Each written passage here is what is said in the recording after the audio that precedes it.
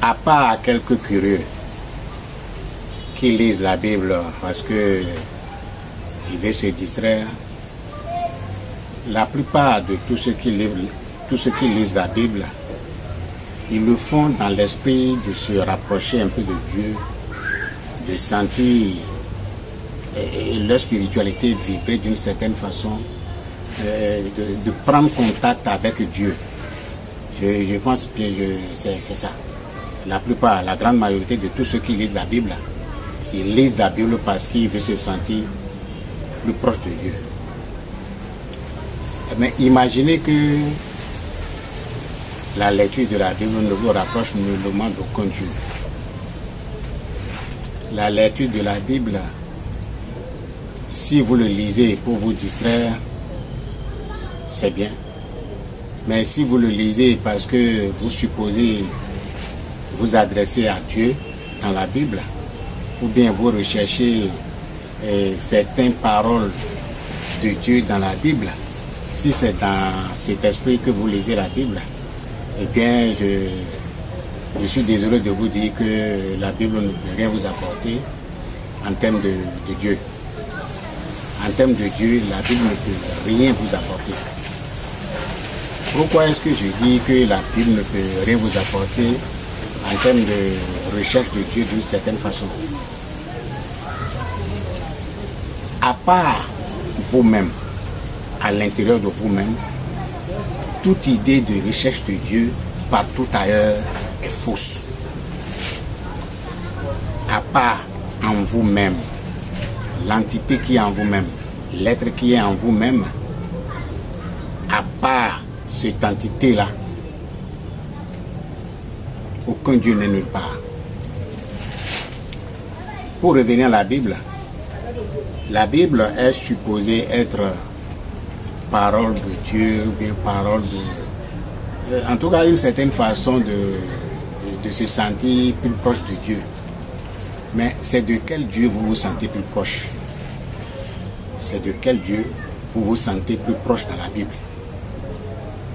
La Bible a à elle seule montré 13 dieux. La Bible a montré à elle seule 13 dieux. Abraham en a au moins 2 différents dieux pour lui seul. Bon, si la Bible a jusqu'à 13 dieux et que vous lisez la Bible dans l'esprit d'être en contact avec Dieu, mais comment ça peut se passer? Parce que quand on dit adorer un Dieu, c'est créer un lien avec cette entité qui vous répond dans des moments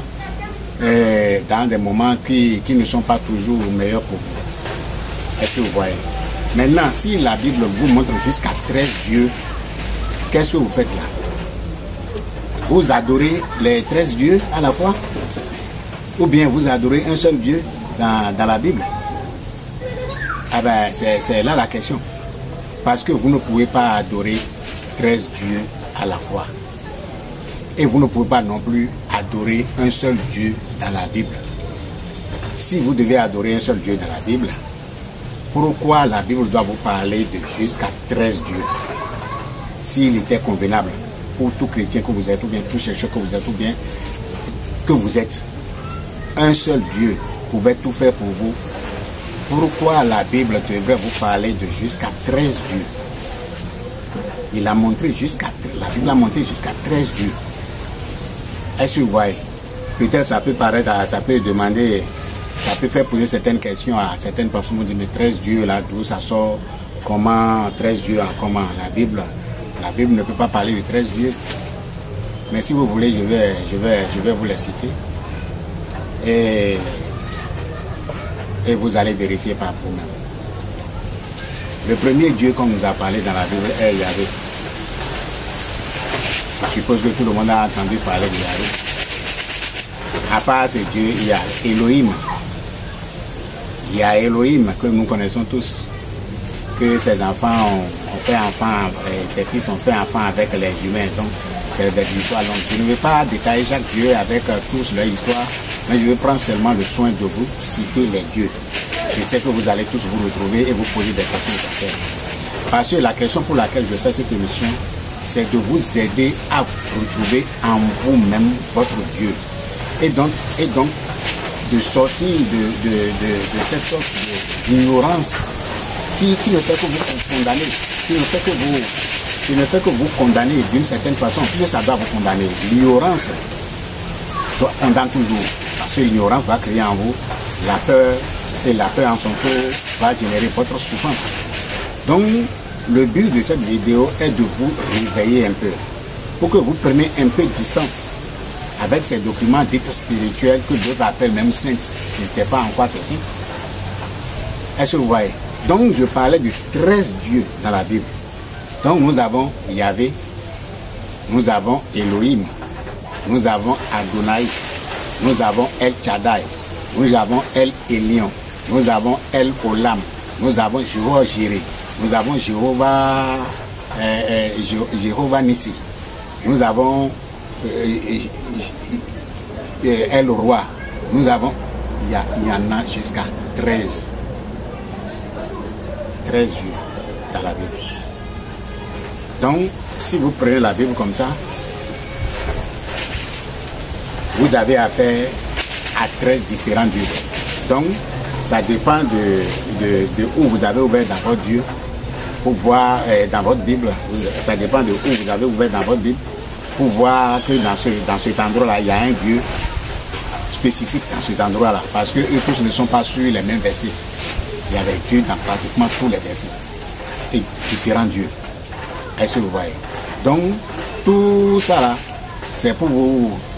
C'est juste pour vous perdre le temps, pour vous enlever le désir ou bien la force de rentrer en vous-même, de vous retrouver afin de faire tomber la masque, le masque qui vous voile la face, qui vous empêche d'être vous-même, qui vous soumet à des formes d'ignorance.